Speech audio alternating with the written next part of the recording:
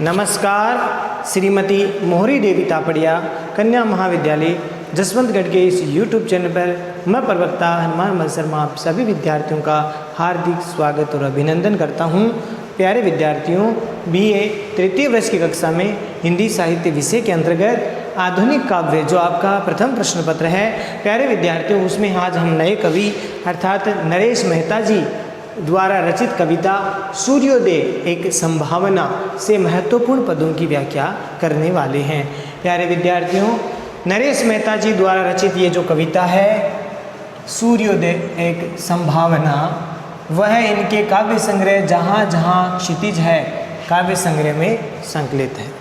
तो चलिए प्यारे विद्यार्थियों, आज हम इस कविता का महत्वपूर्ण जो पद है वो पढ़ते हैं। ये पहला ही पद हम ले रहे हैं इसका। तो इसमें प्यारे विद्यार्थियों, सूर्योदय नाम से पता चलता है कि सूर्य का उदय होने का जो अरुणिम जो आभा है, उनकी प्रातःकालीन अरुणिम आभा किरण है, उसको एक नए स्वरूप में जो है उपमित किया गया है।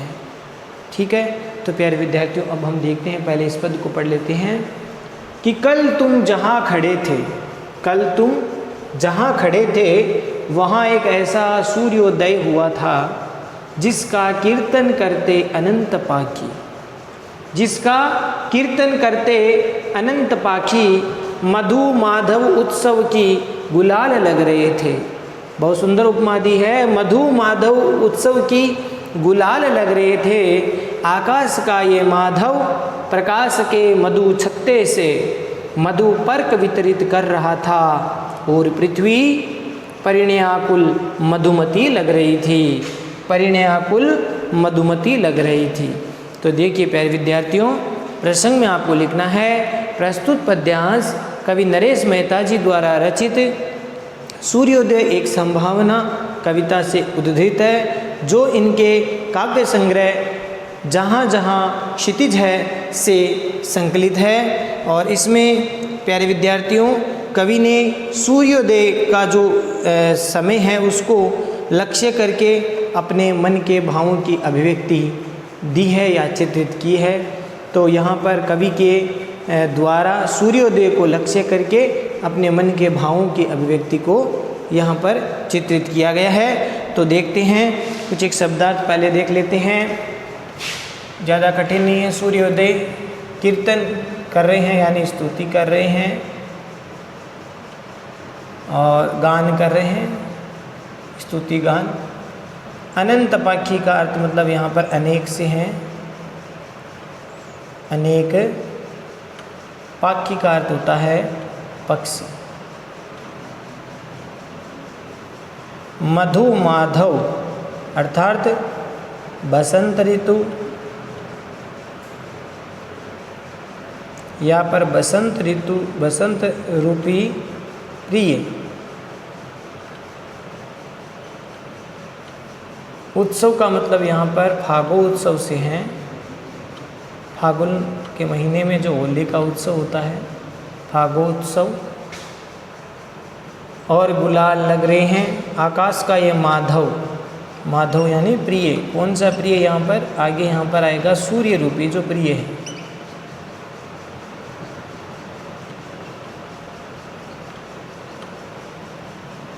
ठीक है। प्रकाश के मधु छत्ते से, प्रकाश रूपी शहद का छत्ता,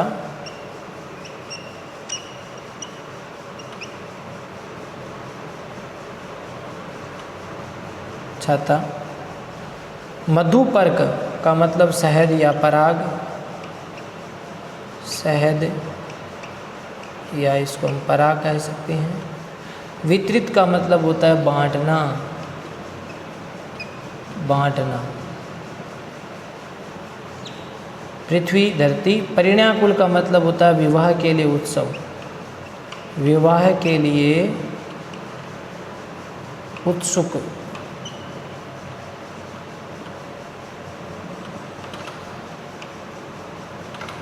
मधुमती का मतलब यौवन, यौवनामत, यौवनामत। नायिका।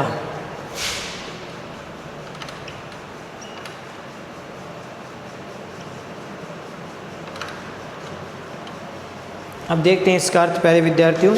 यहाँ पर सूर्योदय का जो समय है उसको लक्ष्य करके कवि यहाँ पर कह रहे हैं ये प्रातःकालीन अरुण रंग का सूर्य,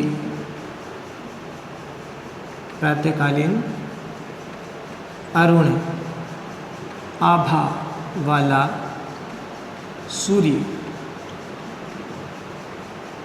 और ये अनंत पक्षी है जो यहाँ प्रातःकाल के समय उड़ रहे हैं।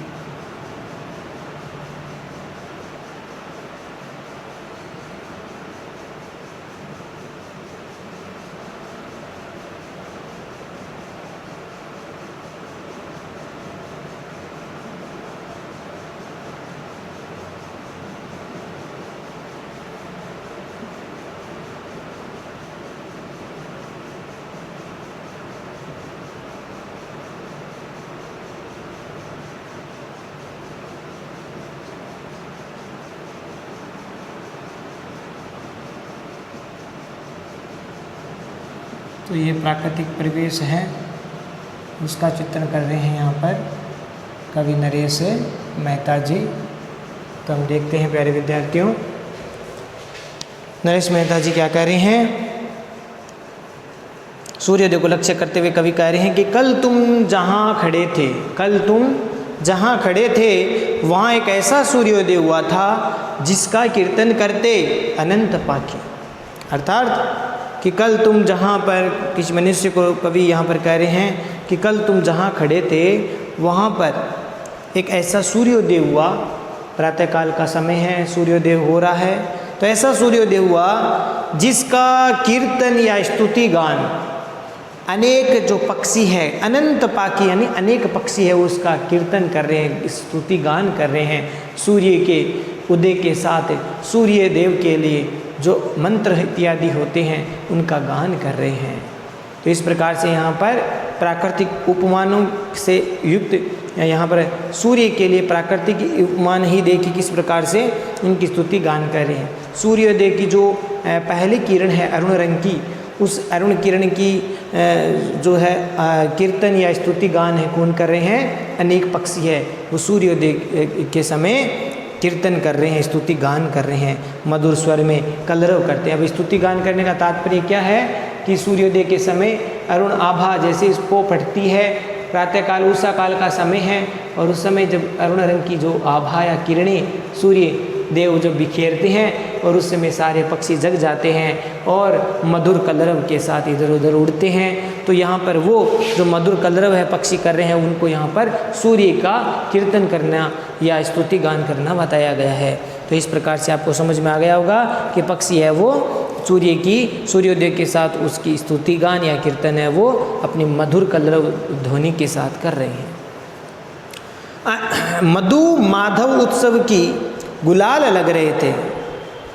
कितनी सुंदर उपमा दी है, मधु माधव उत्सव की गुलाल लग रहे थे।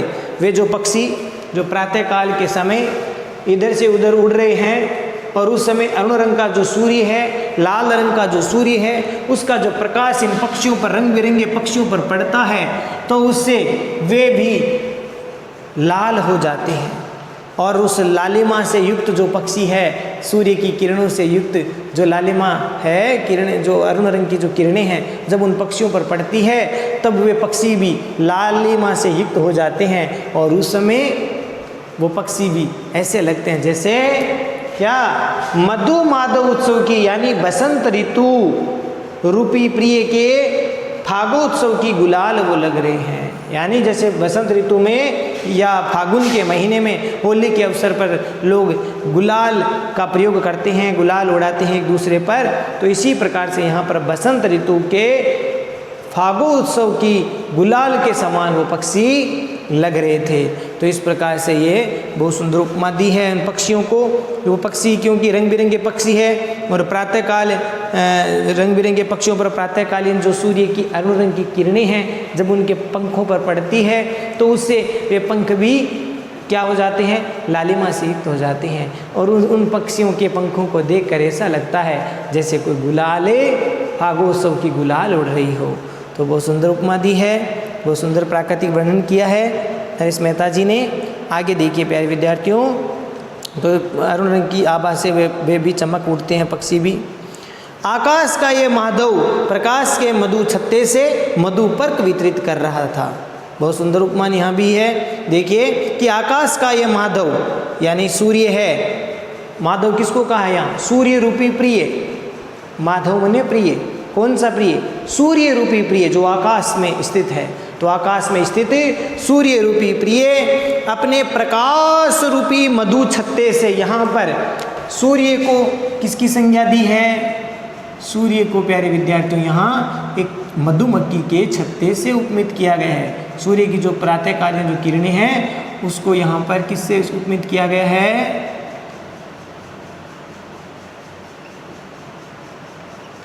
किससे उपमित किया गया है प्यारे विद्यार्थियों, मधुमक्खी के छत्ते से।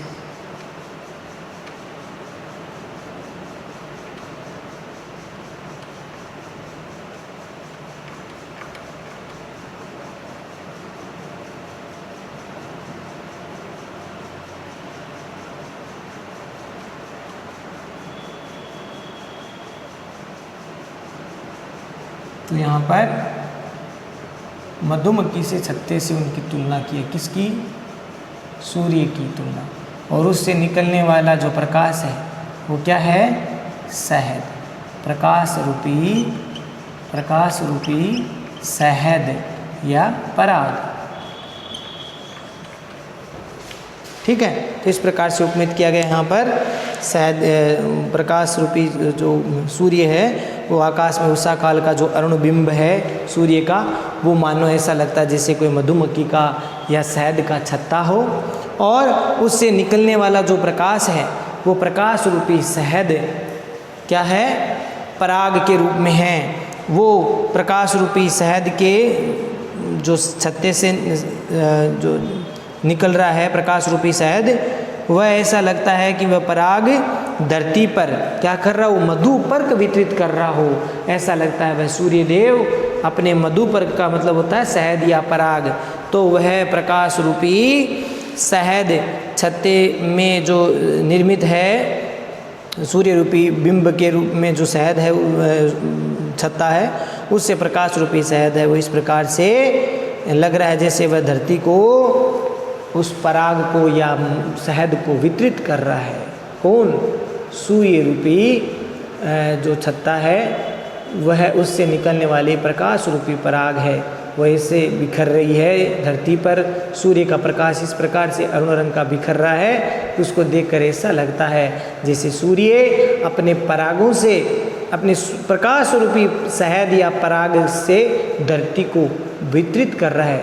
क्या कर रहा है, प्रकाश रूपी शहद को धरती को क्या कर रहा है, वितरित कर रहा है, बांट रहा है।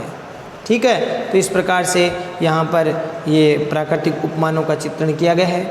आगे देखिए कि और पृथ्वी परिण्याकुल मधुमती लग रही है, और धरती उस समय कैसी लग रही है,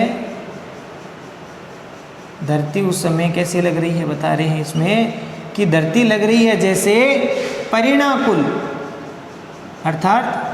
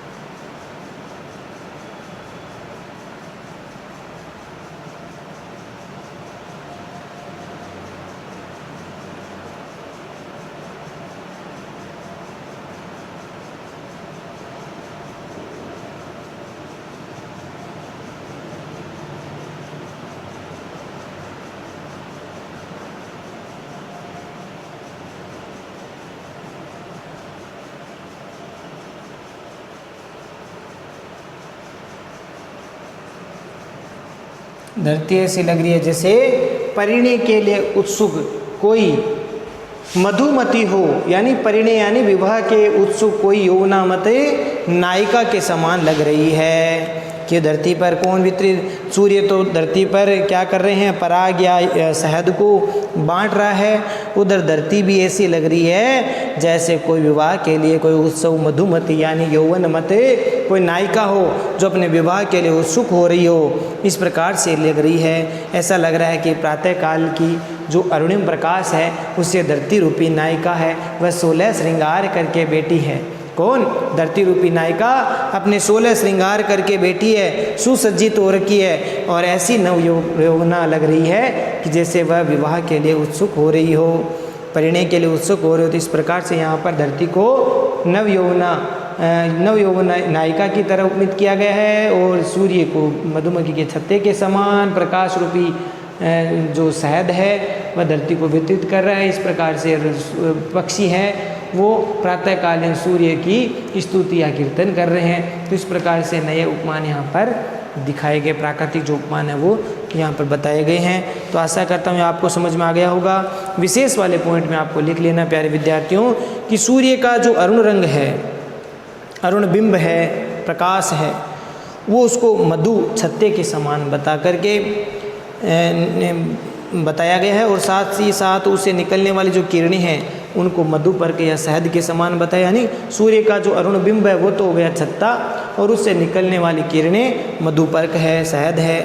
और इसी प्रकार से ऐसा कहा जाता है कि शहद से मिश्रित जो द्रव्य होता है वह बड़ा शुभ होता है और उपहार की तरह होता है, वो आने वाले अतिथियों को भी दिया जाता रहा है या जाता था पहले।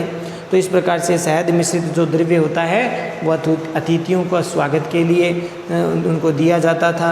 इसी प्रकार से जो कन्या का पिता होता था वह भी वर को अर्थात दुल्हे को जो है उस उपहार के रूप में उसको अर्पित करते हैं वो शहद मिश्रित द्रव्य।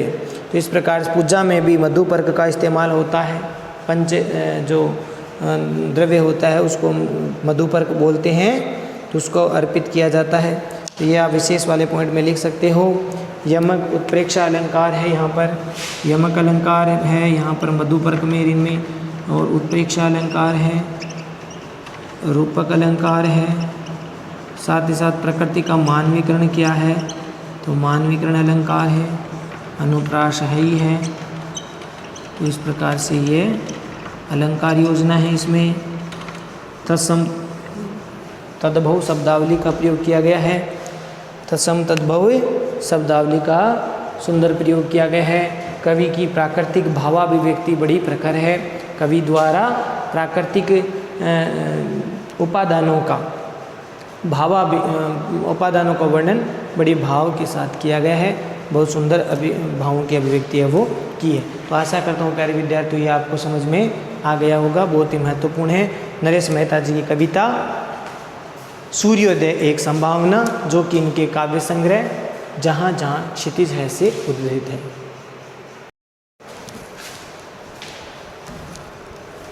प्यारे विद्यार्थियों आज के लिए बस इतना ही। अगले वीडियो में पुनः उपस्थित होंगे नरेश मेहता जी की कविता सूर्योदय एक संभावना के महत्वपूर्ण जो पद है उनकी व्याख्या को लेकर के।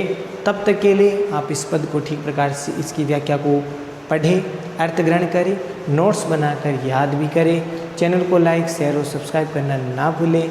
जय भारत, जय हिंदी। धन्यवाद विद्यार्थियों।